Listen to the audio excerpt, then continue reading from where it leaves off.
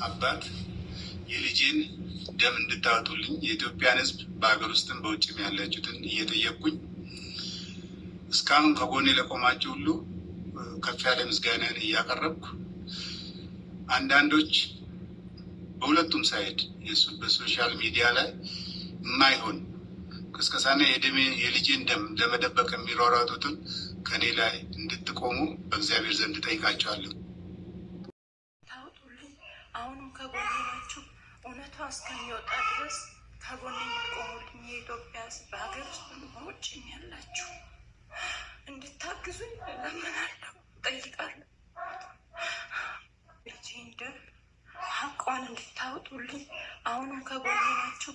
እውነቷ እስከሚወጣ ድረስ ከጎኔ እንድትቆሙልኝ የኢትዮጵያ ሕዝብ በሀገር ውስጥ በውጭም ያላችሁ እንድታግዙኝ እለምናለሁ፣ እጠይቃለሁ። ልጄን ደም ሀቋን እንድታወጡልኝ አሁንም ከጎኔ ናችሁ። እውነቷ እስከሚወጣ ድረስ ከጎኔ እንድትቆሙልኝ የኢትዮጵያ ሕዝብ በሀገር ውስጥ በውጭም ያላችሁ እንድታግዙኝ እለምናለሁ፣ እጠይቃለሁ።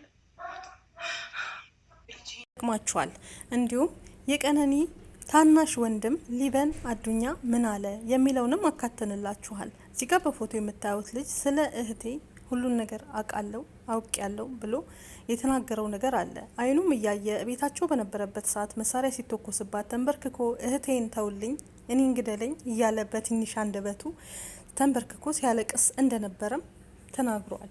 ሁሉንም የነበረውንና ያየውን ነገር ሁሉ ለፖሊስ ሁሉንም አንድ ሳይቀር ዝግዝግ አድርጎ መጀመሪያ በሚስጥር ተይዞ የነበረውን ነገር ሁሉ ፍርጥ አድርጎ ነግሮታል፣ ለፖሊስ ተናግሯል። ይሄም ጥብቅ መረጃ ነው።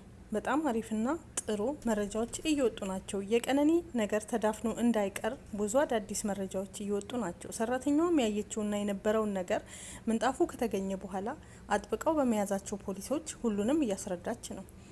ሁሉንም በዝርዝር አብረን እናያለን። ወንድሟስ ምን አለ? ምንስ ነበር የነበረው? እሱ እዛ ባለበት ሰዓት ምንድነው የተከሰተው የሚለውንም ሁላችሁም የሰማችሁት መረጃ ሊሆንም ይችላል። በጣም ያሳዝናል። ፍትህ ለቀነኒ ማለት ዛሬም ነገም መተው የለብንም። ሁላችንም በአንድነት ፍትህ የፍትህ ጉዳይ ነው። ፍትህ ለእህቶቻችን፣ ፍትህ ለሚጮቁኑት እህቶቻችን እንበል። እንዲሁም በመግቢያ ላይ ያሳየዋችሁ አንድ እህታችንም በአረብ ሀገር እንደዚሁ በፍቅረኛዋ ተጎድታ ራሷን ልታጠፋ ከፎቅ ላይ መዳሟ ደርሳ ከፎቅ እንዳትወረውር አሁን ቤት ዘግቶባት ነው ያለ። እሱንም በቪዲዮ ያሳያችኋለሁ።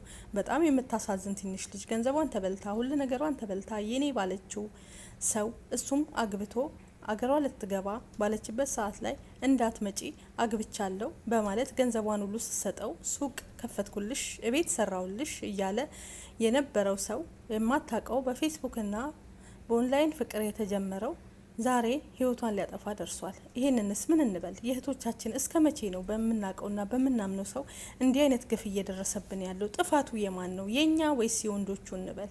እሱን እግዚአብሔር ይፍታው። ፍርዱን ለእናንተ ትቻለሁ። ሁሉንም አስገባላችኋለሁ። ቪዲዮን እስከ መጨረሻ ይዩት፣ መረጃውን ተከታተሉት። በጣም ያሳዝናል። የእውነት እስከምላችሁ በላይ ማለት ነው። ልብ የሚሰባብሩ ነገሮች በእህቶቻችን ላይ እየተደረገ ነው። የኛ ሰጣፋንታችን መለከትነው ገጽ አዲስ የወጣውን የቀነኒ ፎቶ በመጠቀም እንዲህ የሚል መልእክት ተቀምጦበታል።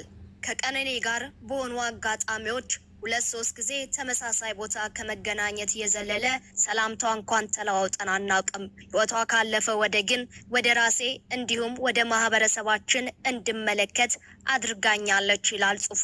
ፎቶና ቪዲዮዋን ባየሁት ቁጥር እርሷ የነበረችበት ሁኔታ ውስጥ ጓደኞቼን ባገኛቸው ምንድነው የማደርገው ብዬ አስባለሁ። እናቷ ምን እየተሰማት ይሆን ብዬ አሰላስላለሁ። የኔ እናት ብትሆን ምን ያህል ሊከብዳት እንደሚችል በማሰብ ብቻ እጅግ ረበሻለሁ ይላል ጽሁፉ። ህይወት በራሱ እረፍት የለውም። በዚህ ላይ ከማይሆን ሰው ጋር የፍቅር ግንኙነት ውስጥ መሆን የበለጠ ያወሳስበዋል የሚለው ጽሁፉ፣ መወሳሰቡ ደግሞ የሚጨምረው ችግር አስቀያሚ ነው። ቀነኒ ከጓደኛዋ ጋር በነበራት የመልእክት ልውውጥ ላይ የአእምሮ እረፍትን የመሰለ ነገር የለም ብላ ነበር። እውነቷን ነው። ከምንም በላይ የማስበውና የምሰጋው ግን ለኛ ነው ይላል ጽሁፉ። ለካ ሁላችንም ለሴቶች መብት ዋጋ የማይሰጥ ስርዓተ ፖለቲካ ተባባሪ ነበርን። አሁን ፍሬውን እያየነው ነው። ዝምታችንና ግዴለሽነታችን በደንብ ይናገራል ይላል ጽሁፉ። በመግቢያችን ላይ ኢትዮጵያ ውስጥ ህግ የለም፣ እሱን እናውቃለን። የምሬ ነው። ግን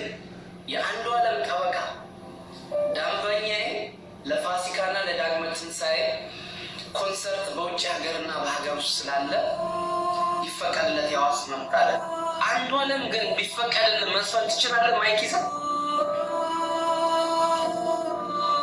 ከዛ ሲቀጥል ቲክቶክ ላይ አላችሁ ባይዜ ይሄ ሰው እንዲህ አይነት ነገር ስንቃወም ሁሌ ተቃራኒ የምትሆኑ ሰዎች አትከተሉኝ። እኔ ነገ ባይዜ በራስህ ልጅ ይደርሳል፣ በራስህ እህት ይደርሳል። የግዴታ እያንዳንዳችን ቤት መግባት የለበትም።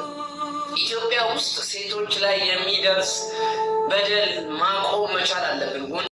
ረገብ ያለ ቢመስልም አዳዲስ የሚገኙ መረጃዎችን እያገኘ እንደገና ተመልሶ ልክ እንደ አዲስ የሚግል በብዙ ኢትዮጵያውያን ዘንድ የሚነሳ ጥያቄ ሆኖ ቀጥሏል። የሞዴል ቀነኔ አዱኛ ጉዳይ ዛሬም አጀንዳነቱ እንደቀጠለ ነው። ከዚህ በፊት ጉዳት የደረሰበት ፊቷን የሚያሳይ ፎቶ መውጣቱን ተከትሎ ከፎቶው ጋር የተያዙ በርካታ ሀሳቦች ሲሰነዘሩ መሰንበታቸው ይታወሳል። ትናንት ምሽት ደግሞ ቀነኔ ከማረፏ በፊት የነበረችበትን ከባድ ሁኔታ ያሳያል የተባለ ሌላ አዲስ ፎቶ መውጣቱ ተነግሯል። ይህም ፎቶ ነገሩን እንደ አዲስ ያነቃነቀና ከያቅጣጫው እንግዳና እጅግ አሳዛኝ መረጃዎችን ይፋ እንዲወጡ በር የከፈተ ሆኗል። ይህም ምስል የቀነኔ አሟሟት መነጋገሪያነቱን እንደገና የቀሰቀሰ ይመስላል። የዚህን ምስል መውጣት ተከትሎ እየተሰሙ ያሉ መረጃዎች ልብን ይሰብራሉ። ትደበደብ እንደነበር ይባስ ብሎ የመሳሪያ ጥቃት ተፈጽሞባት እንደሚያውቅና ይህም ለምስክር የሚሆን አሻራ ዛሬም በቤታቸው እንዳለ ተሰምቷል። አዲስ የወጣው ፎቶ ምን ገጽታ አለው? ምን አይነት ሚስጥሮችን አካቷል? ፎቶ ከወጣ በኋላ ማህበረሰቡ እየሰጠው ያለው አስተያየት ምን ይመስላል? ሁሉንም እናስቃኛችኋለን። በሌላ በኩል ደግሞ ከቅርብ ሰው የወጣው ቀነኔን የተመለከተ አነጋጋሪ ሚስጥር ያልተጠበቀ ሆኗል። አንዳንዶች ወንድሟ እንደሆነ፣ ሌሎኞች ደግሞ አጎቷ ነው ብለው የሚጠቁሙት ቤተሰቧ ያወጣው አነጋጋሪ ሚስጥር ምንድነው? እንነግራችኋለን። ሰላም ጤና ይስጥልን።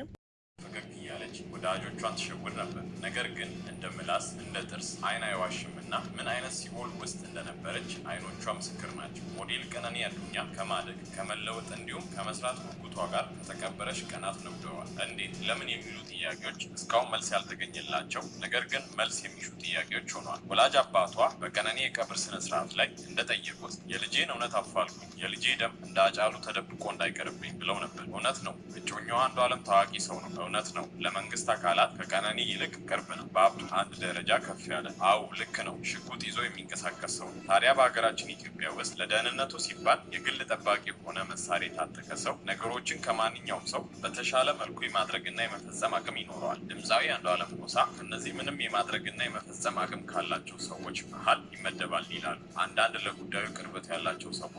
ለዚህም ይመስላል የወላጅ አባቷ አቶ አዱኛ ተደጋጋሚ ተማጽኖና ውትወታ የቀነኒ ሞት አልበቃ ያላቸው ወላጅ አባቷንም እያስፈራሩ ይገኛል። እነዚህ ሰዎች ማን ናቸው? ምንድን ነው የሚፈልጉት? ከሰሞኑ ደግሞ ሌላ መረጃ እየወጣ ይገኛል። ከምትመለከቱት ምስል ጋር በተያያዘ በርካታ መላምቶች እየተሰጡ ይገኛሉ። የሰው ልጅን ያውም ሴት ልጅን በዚህ ደረጃ መደብደብ ለምን አስፈልግም? የደረሱን መረጃዎች ስላሉን በስፋት እንመለስበታለን። የቀነኒ አሟሟት ድንበሩን አስፍቷል። አሳዛኙ የዚች ወጣት ሞት ከራሷ ከቀነኒና ከአንዷለም ጎሳ በተጨማሪ ሌላም ሰው ተጨምሮበታል። ይህ ሰው ማን ነው? ምንድን ነው ሲፈጸመው? ለምን በቀነኒ ህልፈት ውስጥ እጁ ገባ? እንደሚባለውስ እውነት እጁ በቀነኒ ህልፈት ውስጥ አለበት? ቀነኒስ በዚህ ጉዳይ ምን ያህል ተሳትፎ ነበራል? አንዷለምን ነፃ ስለሚያደርጉት የተገኙ ፍንጮችም ይዘናል። በጠቅላላው የአብዛኛውን ሰው ትኩረት የሳበው የቀነኒ አሟሟት ጉዳይ ሌላ መዘዝን ይዞ መጥቷል። አባቷ እንዳሉት የዚሽ ለጋ ወጣት ደም በቀጠሮ ብዛት ብቻ ደመከልብ ሆኖ ላለመቅረቱ ምን ማረጋገጫ አለ? በዚህ ቪዲዮ ስለ ቀነኒ አሟሟት አዳዲስ መረጃዎችን ከላይ ስለተጠቀሰው ሰው ማንነትና ምንነት በስፋት የምንነግራችሁ ይሆናል። እስከ ቪዲዮ መጨረሻ በመቆየት እነዚህን ጨምሮ በርካታ ነገሮችን ያድርጉ። ቪዲዮን ላይክ እና ሼር እንዲሁም ቻናሉ